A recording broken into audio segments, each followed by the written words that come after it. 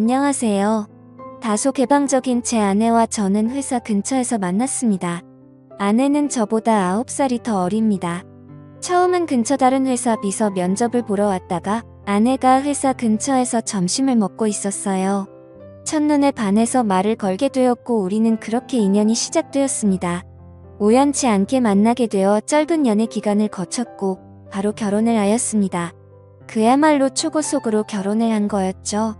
결혼할 때 장모님께서 요즘에는 10살 정도 차이 나는 커플들은 많이들 있기도 하고 잘들 사니까 크게 문제될 거라는 생각은 없다며 허락해 주셨어요. 장모님은 어린 나이에 사고를 쳐서 제 아내를 낳게 되었고 장인 어른은 일찍 돌아가셨다고 하더라고요. 힘든 와중에도 자신과 아이를 포기하지 않고 열심히 사셨다고 들었습니다. 아내와 결혼을 하고 순탄한 가정생활을 지내다 결혼 2년차가 다 되었을 때 제 아내는 임신을 하게 되었습니다. 평소에도 엄마를 잘 따르던 아내는 신체적인 변화들이 생겨나자 그 이전보다도 더욱 많이 장모님을 찾았고 그로 인해 장모님께서는 집에 오시는 경우도 많이 잦아졌습니다. 저희 집과 장모님 댁은 대중교통을 이용하게 되면 가까운 거리여서 장모님은 이른 아침에 오셔서 제 저녁까지 챙겨주셨습니다. 저는 그렇게 해주시는 장모님을 보면서 늘 감사하고 미안했습니다. 하루하루를 지내던 어느 날 아내가 임신 5개월이 넘었을 때부터 우리 부부는 싸움이 잦아졌습니다. 저희 회사는 성인 용품업이라 일의 특성상 개방적이기도 하고 직원들도 옷차림이 추유로웠는데요. 제가 야근을 하는 날이면 임신한 자신을 두고 늦게 들어온다고 화를 내고 사장이라는 자리이기 때문에 가끔은 직원들 회식을 잠시라도 참가해야 함에도 회식을 못하게 하는 등 정말 회사 일부터 집안일까지 사소한 것들 하나하나 시비를 걸더라고요. 결혼 전에는 제가 사장이니까 직원들에게 이렇게 해줘야 한다, 저렇게 해줘야 한다라며 제게 많이 내조를 해줬었던 아내인데 갑자기 이렇게 달라지고 이제는 직원들 챙길 시간이 어디 있냐며 오히려 성질부터 내는 겁니다. 저도 마음이 많이 지쳤고 나름대로 힘들어서 술로 매일매일을 지내왔습니다. 그런 모습들을 장모님이 가장 가까이에서 지켜보고 계셨었죠. 그러던 어느 날 제가 퇴근하고 집으로 돌아오자 장모님께서는 피곤하지 않으면 집까지 데려다 줄 수 없겠냐고 하시면서 조심스레 말씀을 건네시는 겁니다. 동시에 제 아내에게 박서방을 데리고 가서 집에 무거운 물건들 위치를 좀 바꾼다고 말씀을 하시더라고요. 그리고 저녁 먹이고서 집으로 돌려보내겠다고 하시더군요. 아내는 알겠다며 올 때 아이스크림을 사오라고 했습니다. 짐을 옮기려고 장모님을 모시고 출발했습니다. 가는 도중에 장모님과 이런저런 이야기를 많이 했습니다. 저는 평소에도 장모님이 미혼모였다는 사실을 알게 된 후부터 아내를 바르게 잘 키우셨다는 생각에 존경스러웠습니다.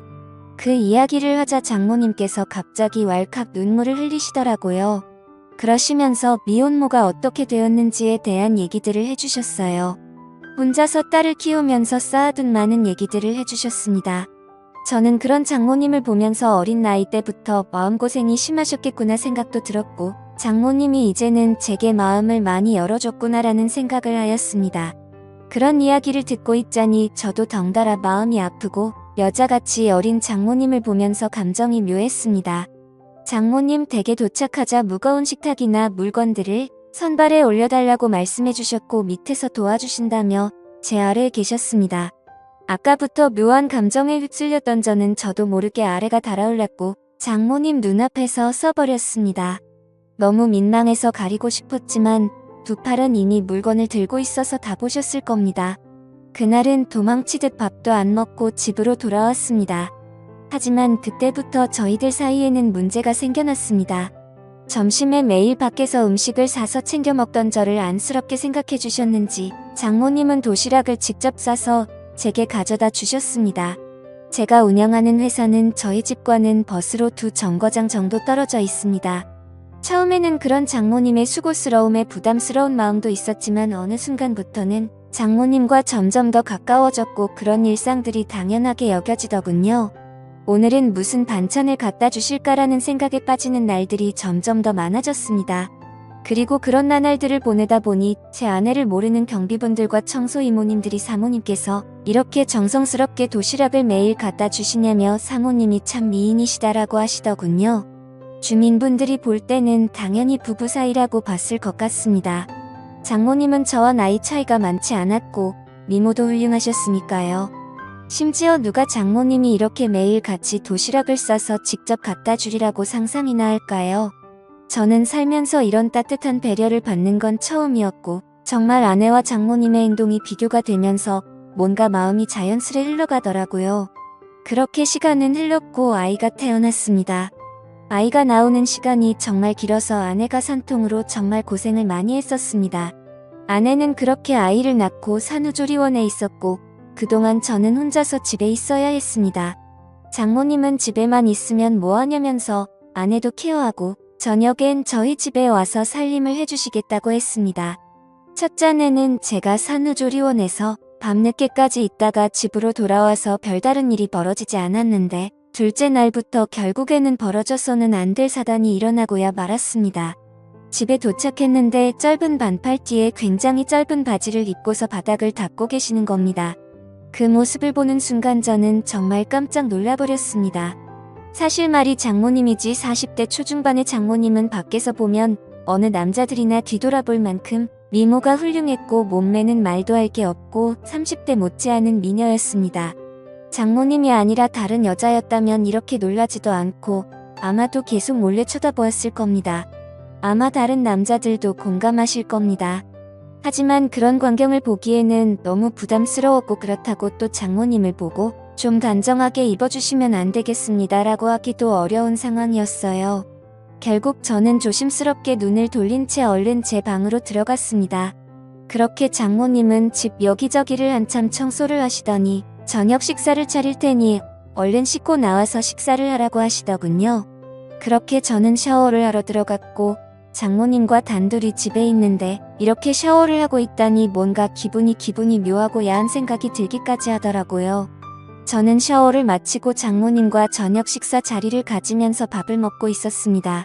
장모님은 그동안 딸이 임신하고부터 아내가 그동안 저에게 했던 행동들에 대해서 이해해달라면서 미안하다고 사과를 하시더라고요.